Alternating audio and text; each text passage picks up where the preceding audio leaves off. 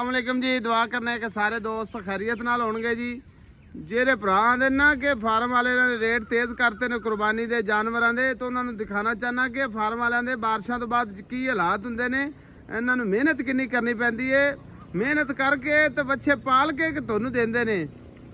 ਪਿੱਛੇ ਮੁਸ਼ੱਕਤ ਕਿੰਨੀ ਹੁੰਦੀ ਹੈ ਜੀ। ਬਾਰਿਸ਼, ਮੀਂਹ, ਹਨੇਰੀ, ਨਾ ਈਦ ਦੀ ਛੁੱਟੀ, ਨਾ ਸ਼ਬਰਾਤ ਦੀ ਛੁੱਟੀ, ਕੋਈ ਛੁੱਟੀ ਨਹੀਂ ਤੇ ਕਿੰਨੀ ਮਿਹਨਤ ਕਰਨੀ ਪੈਂਦੀ ਹੈ। ਤੇ ਅੱਜ ਆਈਏ ਬਾਰਿਸ਼ ਸਾਡੇ ਸ਼ਹਿਰ 'ਚ ਫੌਤਗੀ ਵੀ ਹੋ ਜਾਵੇ ਤਾਂ ਕੋਈ ਛੁੱਟੀ ਨਹੀਂ ਦੀ ਇਹਨਾਂ ਵਾਸਤੇ, ਤੇ ਇਹਨਾਂ ਨੂੰ ਮਿਹਨਤ ਕਰਨੀ ਪੈਂਦੀ ਹੈ। ਤੇ ਬਰਾਏ ਮਿਹਰਬਾਨੀ ਫਾਰਮ ਵਾਲਿਆਂ ਨੂੰ ਰੇਟ ਪੂਰਾ ਦਿੱਤਾ ਕਰੋ ਤੇ ਬੱਚੇ ਪੂਰੇ ਰੇਟ ਤੇ ਖਰੀਦਿਆ ਕਰੋ।